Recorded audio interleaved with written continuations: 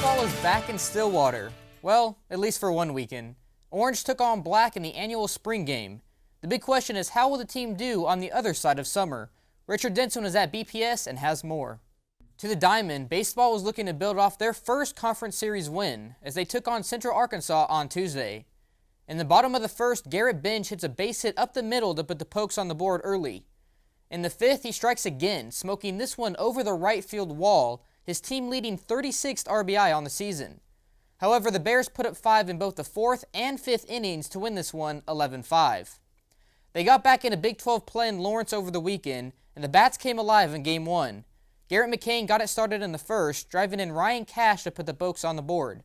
In the 4th, he does it again, singling up the middle to give his team a 3-run lead. Later in the inning, Cade Cabanis hits this high chopper to short, but Matt McLaughlin overthrows the first baseman, allowing 2 runs to score and extending the lead to 5. Cowboys would run away with this one 11-6. In Game 2, another big inning would doom the Pokes.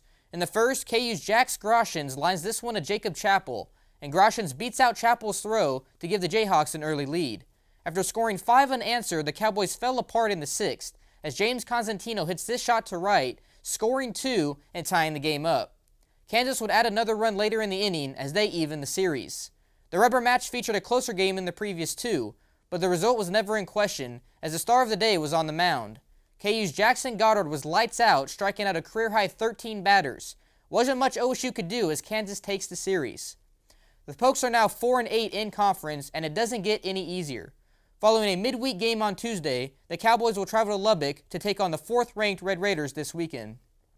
The Cowboys might be struggling in the Big 12, but the same can't be said for the Cowgirls. They started the week with North Texas on Wednesday, and boy did they dominate.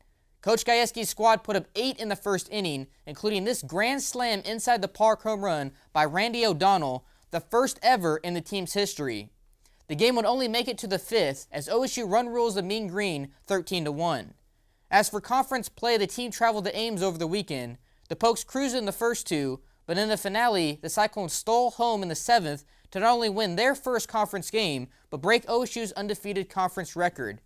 The loss moves them to 8-1 in the Big 12, and up next will be a home game against Central Arkansas tonight, which you can watch on O State TV. First pitch will be at 6 o'clock. Wednesday, they'll head east to Tulsa before coming back home for a weekend series against Texas Tech. Mike Boynton instantly became a household name to Cowboy basketball fans when he was named the 20th head basketball coach of Cowboy basketball. Last week, you saw the first part of our one-on-one interview with Coach Boynton, where he discussed the process he went through in being named head coach. Now, in the second part of our visit with Mike Boynton, we hear about his vision for the future of Cowboy basketball. The 5th-ranked men's tennis team shut out Tulsa on Friday, 4-0. They'll head to Norman on Saturday to cap off their regular season.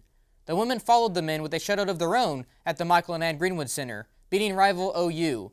The 8th-ranked Cowgirls will finish their regular season on the road with matches on Friday and Saturday against West Virginia and Iowa State. Men's golf earned its 4th win of the season, winning by 6 strokes at the Maxwell in Edmond on Saturday. They'll have a week to prepare for the Big 12 Championship next week in Hutchinson, Kansas. I encourage all of you to either watch our stream on O State TV or come to Cowgirl Stadium at 6. Should be a fun game to watch.